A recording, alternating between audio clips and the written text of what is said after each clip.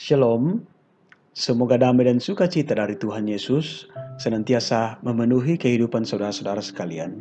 Mari berdoa untuk mendengarkan firman-Nya. Ya Tuhan, terima kasih untuk cinta kasih-Mu yang selalu mengizinkan kami bisa mengalami firman-Mu setiap saat.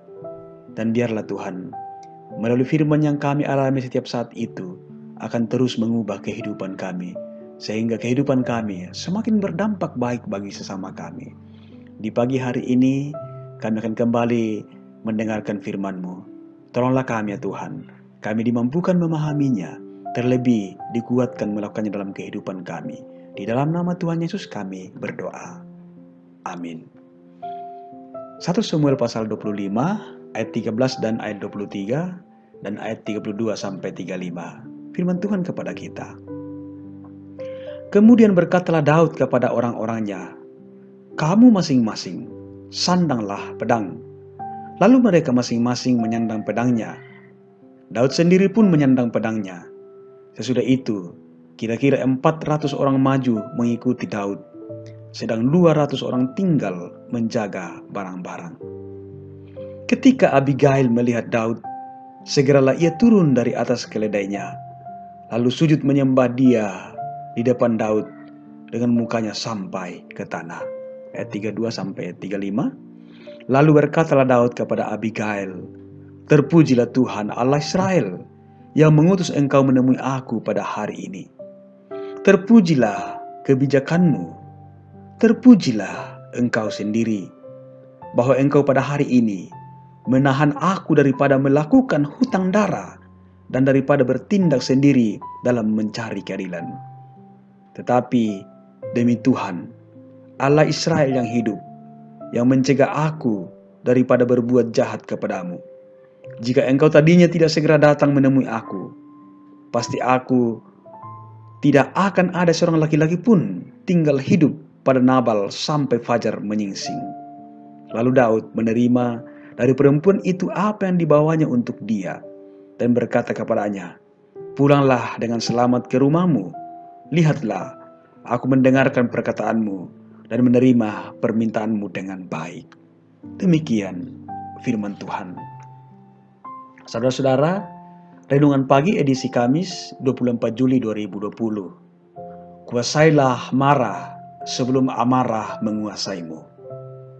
Saudara-saudara, berbicara tentang kemarahan, Aristoteles berkata seperti ini, "Siapapun bisa marah, karena marah itu mudah. Tetapi marah kepada siapa? Dengan kadar kemarahan yang pas, pada saat dan tujuan yang tepat, serta dengan cara yang benar. Menurut Aristoteles, itu yang sangat sulit." Dan Oprah Winfrey pernah berkata seperti ini, "Yang paling saya tahu tentang amarah adalah dia lebih banyak melukai diri sendiri daripada orang yang kita marahi." Saudara-saudara, mungkin yang suka marah tidak akan setuju dengan hal ini. Tetapi ungkapan Oprah Winfrey ini akan terus teruji oleh waktu. Saudara-saudara, benar bahwa kemarahan hanyalah akan melukai diri sendiri.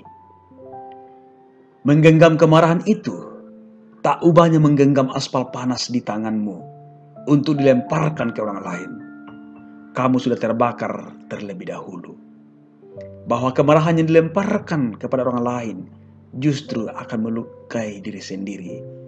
Amarah memiliki sifat panas yang layak seperti api.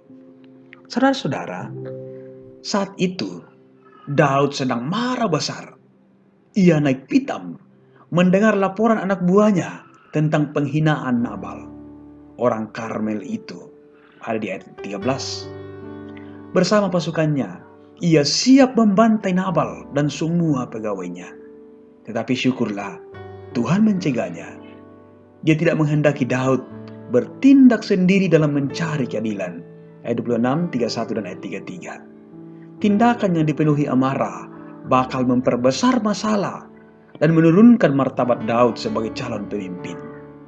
Tuhan pun mengutus Abigail, istri Nabal, untuk meredakan kegeraman itu dan sekaligus menghindarkan Daud dari tindakan main hakim sendiri. Saudara-saudara, setiap kita bisa dan pasti pernah marah. Sebenarnya, perasaan marah adalah sebuah hal wajar yang Tuhan titipkan dalam jiwa saudara dan saya, sebagai pengungkapan ekspresi jiwa kita dalam merespon sesuatu, dan sebuah indikasi bahwa ada masalah. Tetapi janganlah kita mencoba-coba membereskan masalah dengan tindakan yang dipenuhi dengan amarah. Masalah semestinya dihadapi dengan hati yang tenang, dengan kepala yang dingin. Kemarahan memberitahukan kita akan adanya masalah, tetapi bukan cara untuk menyelesaikan masalah. Masalah malah akan kian runyam jika ditangani dengan amarah. Maka dari itu saudara-saudara, ketika amarah timbul, segeralah kendalikan dirimu sebelum dirimu dikuasai olehnya. Saudara-saudara, jika perlu memang untuk marah, marahlah sewajarnya. Kontrol kemarahan itu sebelum menguasai diri saudara. Karena kemarahan besar hanya ada dalam dada orang-orang yang berpikir bodoh.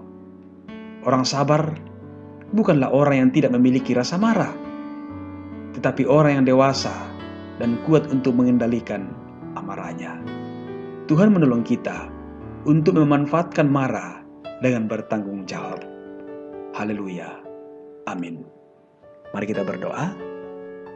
Terima kasih Tuhan untuk firman kehidupan yang kami alami di pagi hari ini.